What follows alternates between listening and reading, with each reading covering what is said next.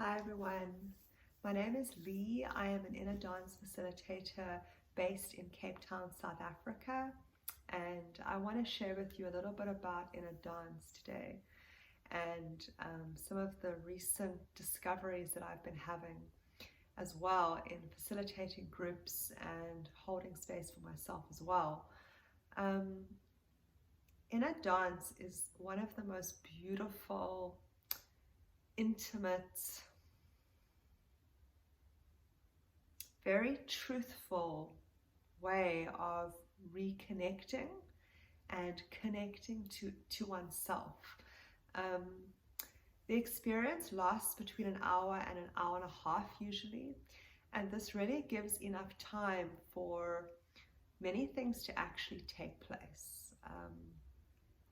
I've been facilitating now since 2017, and some of the things that I've been noticing, especially recently, is that, and it comes up time and time again, is that there is this problem that many people have of being unable to get out of their minds and them wanting to control life or situations or the inner dance, control the experience.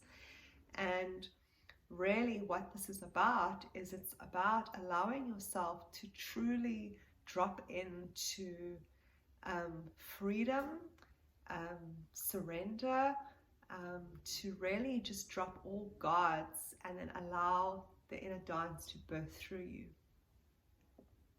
The inner dance can be seen as a beautiful conversation that happens between your higher self and your small self. Sometimes it's difficult to access certain pieces of information, or sometimes it's hard to access emotions, even though we really, really want to let go or we want to deal with this thing that's happened in our lives. Very often we don't really have the opportunity or the space to go there. And when it is forced, when we try to fix this thing or try to deal with a situation that's happened to us in the past, when we try to force things, often it doesn't really, the healing doesn't really happen organically. So what happens with inner dance is that the playlist and the music that gets played and the instruments that get layered on top of that facilitate a sort of a breakdown or a shift in the mind, a shift in the consciousness. What happens is it's almost like a displacement of sorts. It's like we think we're going that way, where inner dance kind of like takes you on a journey that's not quite what you usually expect. And what's always amazing about the playlist, and I always change up the music and I make playlists and I change up it all the time. So, whenever you experience an inner dance, it will always be quite different.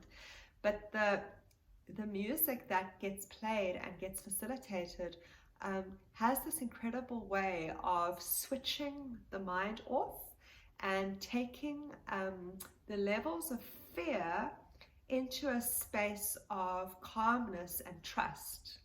So when we are in fear, when we are in fight or flight, it's very, very difficult to heal. It's very, very difficult to let go. It's very difficult for any shift to take place if we are not, if the circumstances are not such that we feel safe.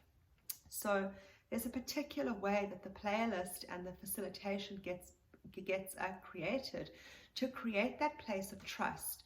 And when the body enters a certain depth, it's actually got to do with brain waves, and there's a lot of science actually behind inner dance. When the body hits a certain space, it's ready, it's more primed to deal with something that might be uncomfortable or might be a little bit triggering or might be emotional. So there is a lot of potential for something that maybe you are trying to deal with in your life and you're unable to get clarity around it, or unable to release something, or let it go, there is a great potential to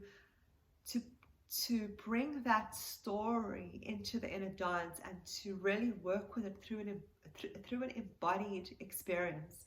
So inner dance is done lying down in the beginning. So in a dance, we start lying down, and it's very much connected to death, corpse pose, surrendering, letting go, dropping all expectations as well.